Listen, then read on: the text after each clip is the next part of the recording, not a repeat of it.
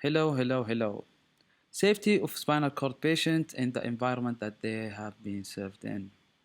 My name is Mohammed Al-Shahrani, your occupational therapist at DBRC, and today we are going to talk about this lovely topic. So, what is spinal cord injury? Spinal cord injury causes a disruption in the motor and sensory pathways at the site of the lesion.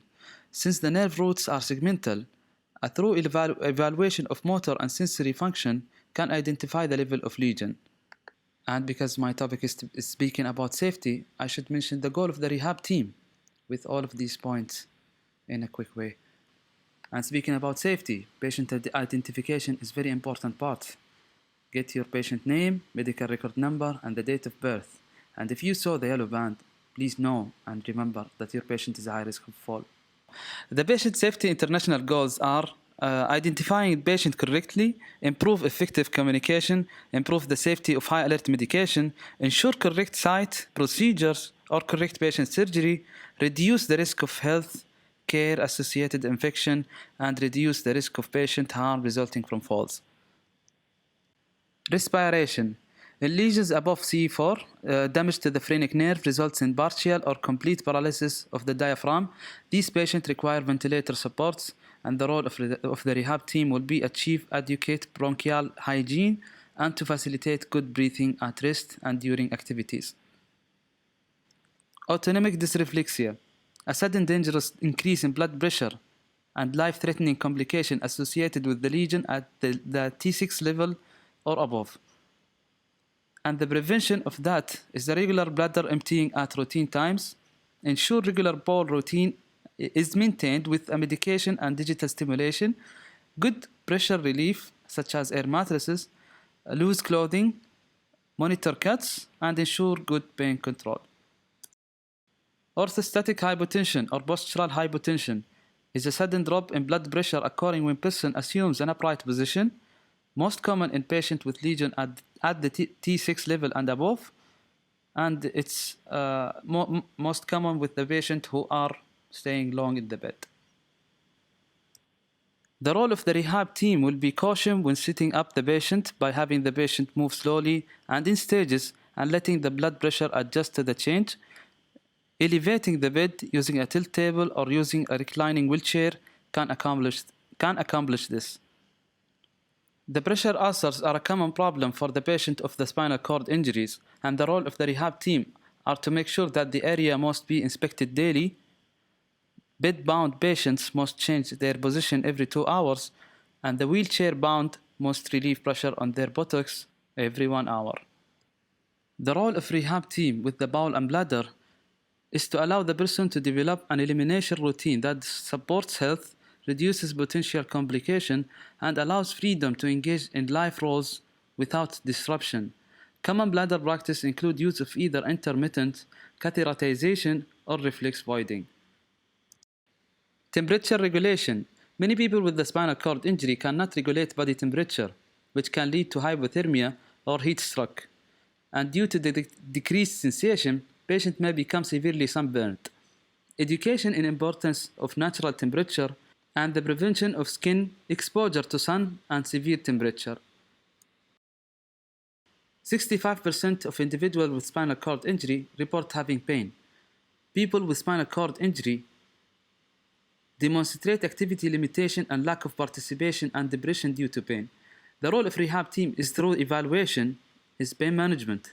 Because most persons continue to live with some pain through their lives and new pain arises with aging, our main contribution is in changing habits and rules and facilitating engagement in meaningful activities and full participation.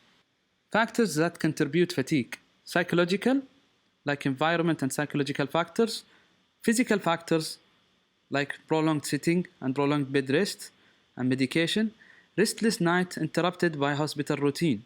And the role of rehabilitation team is observe and listen to the patient, find optimal waking hours for activities, and report nighttime sleep disturbances. Spasticity and spasms. Severe spasticity may hinder function. Hypertonicity of hip and knee adductor can make donning pants difficult. Spasticity can lead to contractures. And the role of rehab team will be routine positioning in bed and wheelchair, and the range of motion exercise, of course, and splinting. DVT or deep vein thrombosis. Role of rehab team in this condition will be preventing this condition by observing any asymmetry in the lower extremities in color, size, and temperature. When DVT is identified, patient must has complete bed rest and anticoagulant to prevent embolus. Patient and family education, of course. Heterotopic The role of ossification. rehab team. First indication of It's heterotopic appeared usually ossification after the first is range of to the motion fourth limitation month after injury. Team must use most each often range of seen in motion hip and shoulder sensation joints and to can monitor result in joint joint range, contractures, especially in patients with spastic muscle. Positioning in bed and wheelchair as well. Psychosocial adaptation. Spinal cord injury may include periods of shocks, anxiety, denial, depression, internalized and externalized anger, adjustment, and acknowledgement. Depression. Many patients have varying degree of depression, sadness, or grief. Level of injury does not appear to be associated with depression. Spinal cord injury is an emotionally traumatic and overwhelming event. The role of rehab team with the psychosocial adaptation is provide psychological support when patient sadness, select activity with just right challenge. Individuals with similar levels of injury can create opportunities for peer education and support. Special treatment consideration based on level of injury, tetraplegia or paraplegia. Patient with high tetraplegia C1 to C4. Patient with complete C1 to C3 requires an external breathing devices. Person with C4 tetraplegia requires assistance in ventilation during acute care, but as the diaphragm strengthens, they are able to breathe independently. People with complete high tetraplegia are paralyzed from the neck down. These patients require highly specialized team to stabilize them medically and prevent complications. The role of rehab team with tetraplegia C1 to C4. When working with this population, must be comfortable with the nursing procedures, providing the family and patient with care while preparing them for discharge, teaching them to direct their own care, helping them select specialized equipment for life support, mobility, and ADL, helping them to use the mouth stick, which are rigid long roots that held in the patient mouth that allows the patient to perform activities such as turning pages and typing. Patient with lower cervical injury, C5 to C8. Similar to acute recovery stage intervention, positioning, splinting, and range of motion, strengthening is the most important goal in this phase and can be performed by using weights. C5 tetraplegia. Deltoid and biceps key muscles for this level of injury, which are weak, so upper limb requires support to function. The rehab team role will be mobile arm support, ball bearing feeder, which is a mechanical device attached to the wheelchair. This mobile arm can assist in driving wheelchair, feeding, and hygiene. Second, as shown in the picture, patient will need to use universal cuff to use his ADL freely, such as eating or toothbrushing. Also, patient can master tabletop activities. C6 to C7 tetraplegia. Higher level of independence than C5 patient. The addition of radial wrist extensors allow patient to close their fingers with a tendonesis grasp, critical functional enhancement. The wrist driver wrist hand orthosis or flexor hand splint and tendonesis splint is a metal device that transfers power from the extended wrist to radial fingers, allowing stronger pinch. The patient with paraplegia. People with complete and incomplete paraplegia are independent in self-maintenance, self-enhancement, and self-advancement roles, but they require assistance with heavy housekeeping. Paraplegics with injuries at T10 and below may attain skills more readily than patients with higher injuries. Good trunk control enables a person with low paraplegia to bend down and from side to side without fear of falling forward. Skills performed while upright, bowel management, bathing, and lower body dressing require the patient with higher injury to secure the trunks by supporting body by one arm while performing the activity with the other to prevent falls. The rehab team role, shift to self, enhancement, and self-advancement roles. Positioning. Why different positions make sense? Skin that is exposed to stress is at risk of developing sores. Regular stress relief by changing posture. If joints stay in the same position for a very long time, muscle contractions may occur. Different positions can prevent contractures. Remaining in one position for a long time increases the tension on the body, spasticity or spasm. Why should the upper end of the bed only be elevated minimally or for a short period of time? When elevating the upper end of the bed, the patient slides down. That causes shear forces that affect the skin of the buttocks, means increase of the risk pressure of a pressure source. What should be taken into account when choosing a mattress? The mattress needs to meet a particular needs.